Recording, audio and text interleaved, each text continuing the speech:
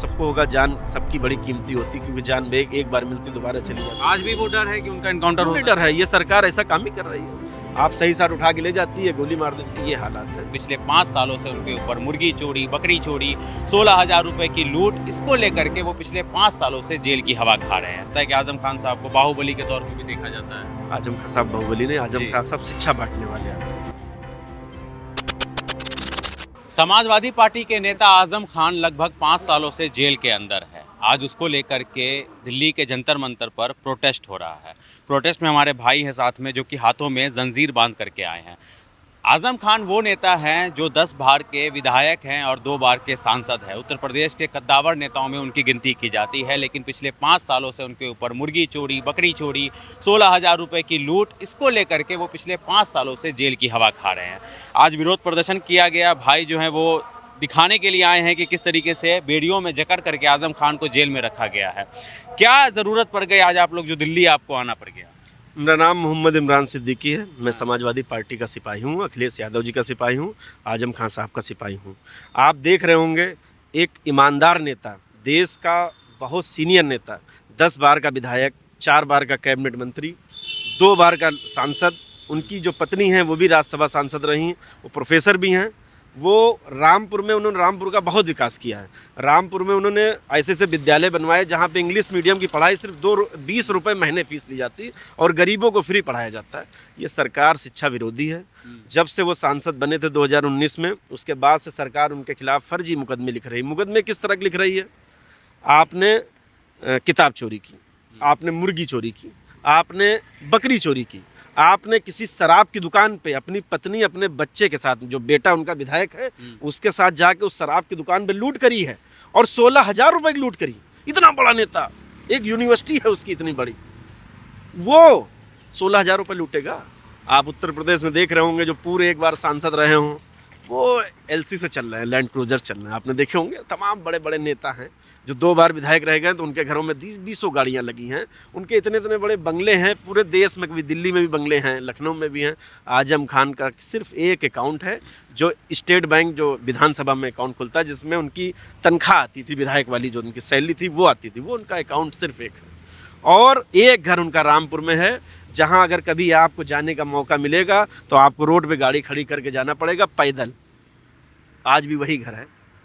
भ्रष्ट आदमी नहीं, अगर भ्रष्ट होते तो ईडी के जरिए पता नहीं कब इनको जेल भेज दिए होते। नहीं तो ऐसी कौन सी बात सरकार को चुभ रही थी जो समाजवादी पार्टी इल्ज़ाम लगाती है कि शिक्षा विरोधी हैं? ऐसा है, आजम खान साहब, वो तो एक तरफ नहीं, एक तरफ जो वो खेमा है वो कहता है कि आजम खान साहब को बाहुबली के तौर पर भी देखा जाता है। आजम खान साहब बाहुबली नहीं, आजम खान साहब शिक्षा बांटने वाले आदमी हैं, लोगों को फ्री पढ़ाने वाले आदमी हैं। अगर आजम खान साहब ऐसे होते ना तो उनके ऊपर पता नहीं, इससे पहले भी भ्रष्टाचार सरकारें और भी रही हैं, बसपा की भी सरकार रही है हमारे यहाँ, कांग्रेस की भी सरकार रही है और बीजेपी की भी सरकार रही है। योगी और मोदी की सरकार नहीं थी, वो भाजपा की सरकार थी। उसमें भी तो चाहते उनको फंसा देते अगर गलत होते वो। एक भी उनकी पूरी राजनीतिक कैरियर में कोई भ्रष्टाचार का आरोप नहीं है उनके खिलाफ। आप देख लीजिए, अगर जांच करा लीजिए, कोई भी उनके खिलाफ भ्रष्टाचार का आरोप नहीं है। ये जो सरकार आई है, जो उनके पूरे परिवार के खिलाफ 350 मुकदमे लिखे, मुकदमे का स्तर देखिए आप, किस तरीके का मुकदमा लिखा है, किताब चोरी का, मुर्गी चोरी का, बकरी चोरी का। अरे कुछ मिला ही नहीं। जिन्होंने यूनिवर्सिटी के लिए ज़मीन ली थी आज से 20 साल पहले, उनसे जबरन मुकदमा लिखवाया गया है। तो ज़मीन को लेकर के भी बयान आता है कि ज़बरदस्ती हड़पा गया है ज़मीन, लोगों से छीना गया है उनका ज़मीन। देखिए ऐसा है, अगर आप किसी ज़मीन ले रहे हैं तो आपत्ति करने का समय 12 साल होता है। इस 12 साल में भी सरकारें बदली हैं, बहन जी की भी सरकार रही है, वो आदमी जाके मुकदमा तब नहीं लिखवा पा रहा था। यहाँ उन लोगों पे, हमारे यहाँ रामपुर में हम गए भी हैं चुनाव में, 2022 के चुनाव में रहे, इसके बाद उपचुनाव भी वहाँ रहे। वहाँ के लोगों पे बहुत दबाव डाला गया है, बहुत दबाव डाला गया है और कहा गया है मुकदमा नहीं लिखवाओगे जेल भेज दिए जाओगे। ये जो आप अनोखा प्रदर्शन कर रहे हैं, बेड़ियों में जकड़ करके आप दिल्ली पहुंचे चैनल के माध्यम से हम बताएं आपको, आजम खान साहब ठीक नहीं है क्या जेल में? उनकी स्वास्थ्य बहुत खराब है, उनको कोई भी सुविधाएं नहीं दी जा रही हैं। जनप्रतिनिधि रहे, 10 बार विधायक रहे, सांसद रहे, उस हिसाब से उनको कुछ ना कुछ वीआईपी ट्रीटमेंट देना चाहिए, इसलिए क्योंकि सीनियर हैं और 80 साल उनकी एज हो गई है। उनको घर का कंबल तक नहीं यूज करने दिया गया। आप बताइए, ये हालात हैं जेल में। फर्श पे सो रहे हैं, फर्श पे सो रहे हैं। छोटा सा भंडरी एक उनका है, 10 बाई 10 का है, कोठरी है, उससे फर्श पे सोते हैं, इसलिए उनको जुकाम और बुखार हो गया था। हाल अभी ही में उन मुलाकात वगैरह हुई अभी है? उनकी कहते हैं उनकी मिलते हैं? पत्नी अभी मिल के आई हैं, जी। और तंजीम फातिमा जी, उनके जो बड़े बेटे हैं अदीब भाई, वो भी मिल के आए। उन्होंने बताया कि उनकी तबीयत ठीक नहीं है, सरकार नहीं चाहती कि ये सही रहें और स्वस्थ रहें। कुछ टाइम पहले उनको जब उनका जेल शायद शिफ्ट किया जा रहा था कहीं और, तो वो उन्होंने कहा था कि ये मेरा इनकाउंटर हो सकता है, क्योंकि आपने देखा ना इससे हाँ, पहले, encounter होने इससे की भी पहले आशंका उन्होंने जताई है। इससे पहले तमाम नेता रहे, हाँ, जो कहें तो मुस्लिम नेता रहे हैं, हाँ। उनके साथ यही तो किया गया है। तो डर तो सबको होगा, जान सबकी बड़ी कीमती होती, क्योंकि जान एक बार मिलती दोबारा चली जाती। आज भी वो डर है कि उनका इनकाउंटर हो नहीं सकता डर है, ये सरकार ऐसा काम ही कर रही है। आप सही साथ उठा के ले जाती है, गोली मार देती है, ये हालात है।